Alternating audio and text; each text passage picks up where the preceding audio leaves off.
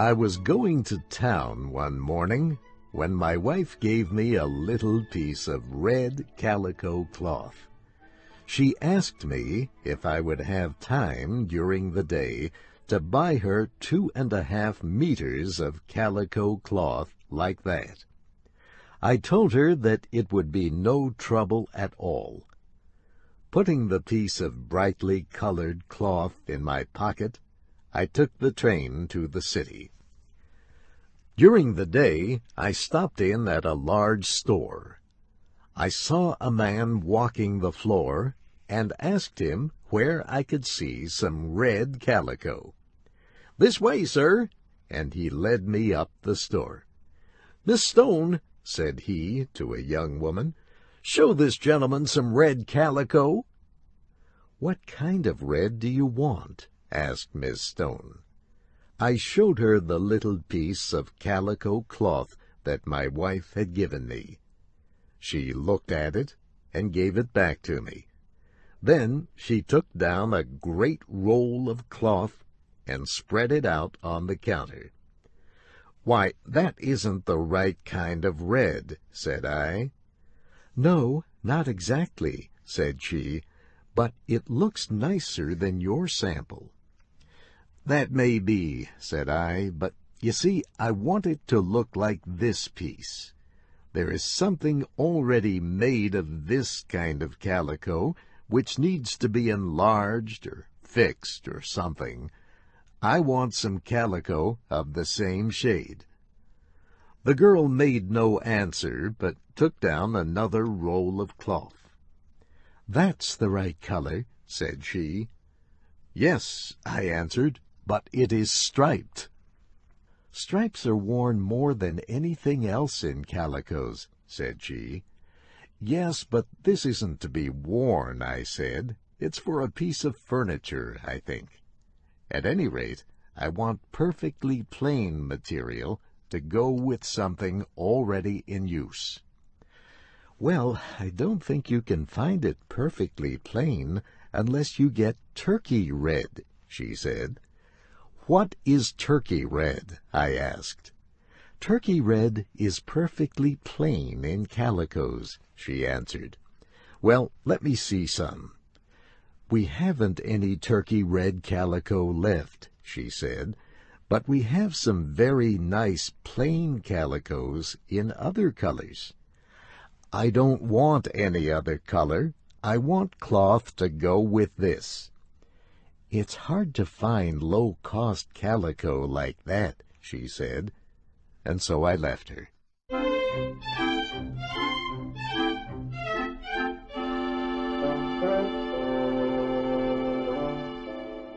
I next went into a store a few doors up the street. I gave a salesman my sample and asked, "Have you any calico like this?" "Yes, sir," said he. "Third counter to the right." I went to the third counter to the right. A man there looked at my sample on both sides. Then he said, "We haven't any of this." "I was told you had," said I. "We had it, but we're out of it now.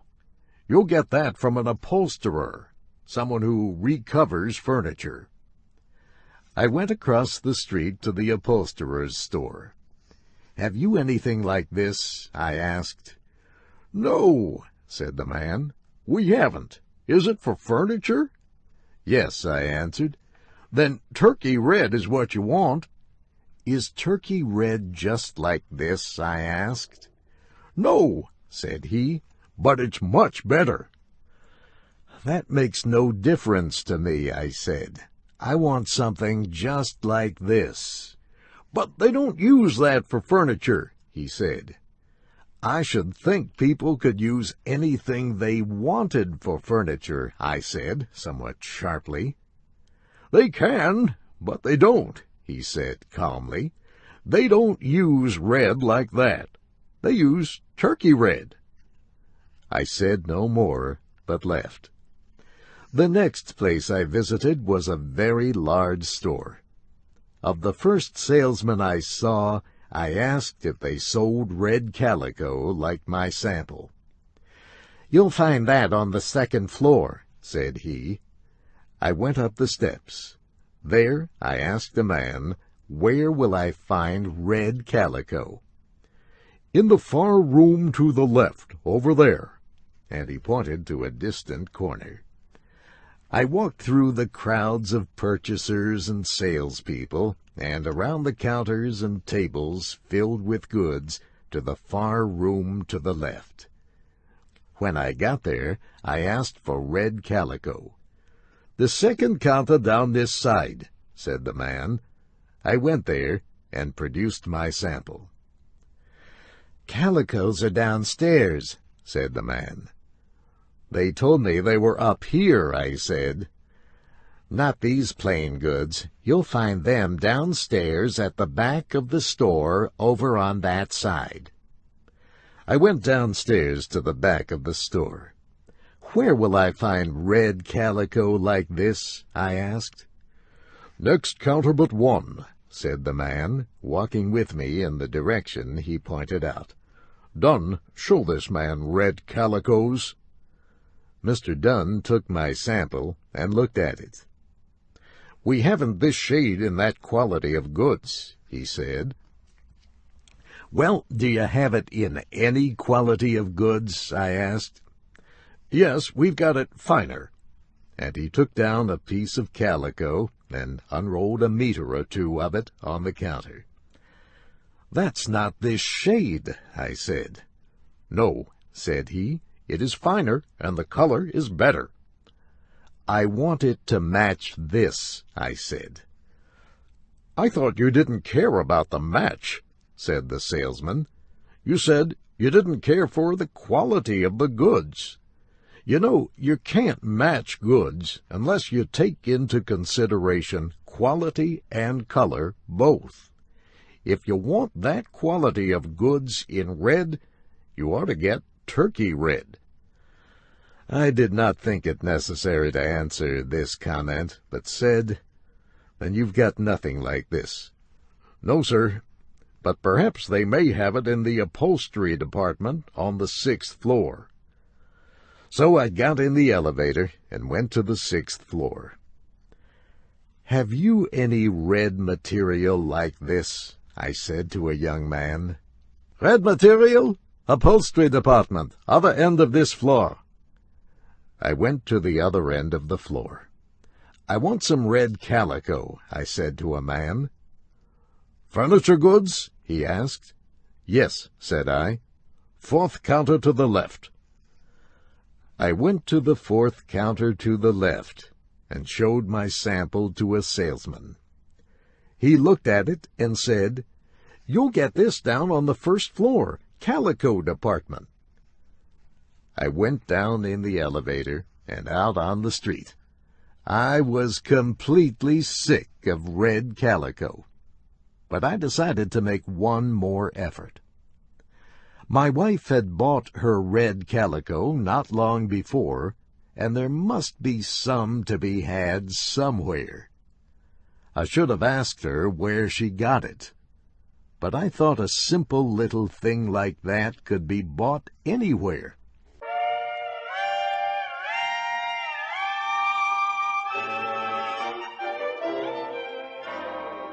I went into another large store.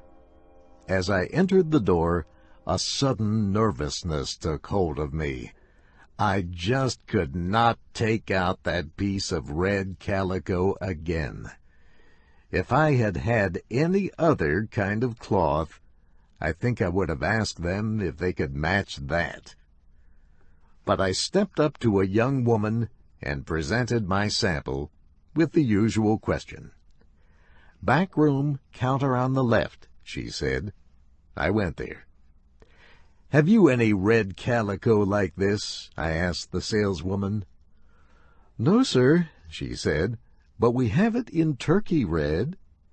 "Turkey red again!" I surrendered. "All right," I said, "give me turkey red." "How much, sir?" she asked. "I don't know, say 15 meters. She looked at me strangely, but measured off 15 meters of turkey red calico. Then she touched the counter and called out, "Cash." A young girl with yellow hair appeared. The woman wrote the number of meters, the name of the goods, her own number, the price, and the amount of money I gave her on a piece of paper. She probably wrote some other things like the color of my eyes and the direction and speed of the wind. She then copied all this into a little book. Then she gave the piece of paper, the money, and the turkey red cloth to the yellow-haired girl. This girl copied the information into a little book she carried. Then she went away with the calico, the paper, and the money.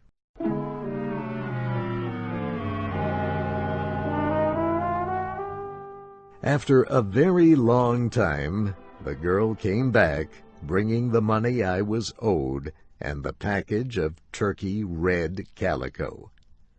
I returned to my office, but had time for very little work the rest of the day. When I reached home, I gave the package of calico to my wife. She opened it and declared, "Why, this doesn't match the piece I gave you." "Match it!" I cried. "Oh, no, it doesn't match it. You didn't want that matched. You were mistaken. What you wanted was turkey red, third counter to the left. I mean, turkey red is what they use." My wife looked at me in surprise, and then I told her my troubles. "Well," said she, "this turkey red is much nicer looking than what I had. You've got so much of it that I don't have to use the other at all. I wish I had thought of turkey red before." "I wish from the bottom of my heart you had," said I.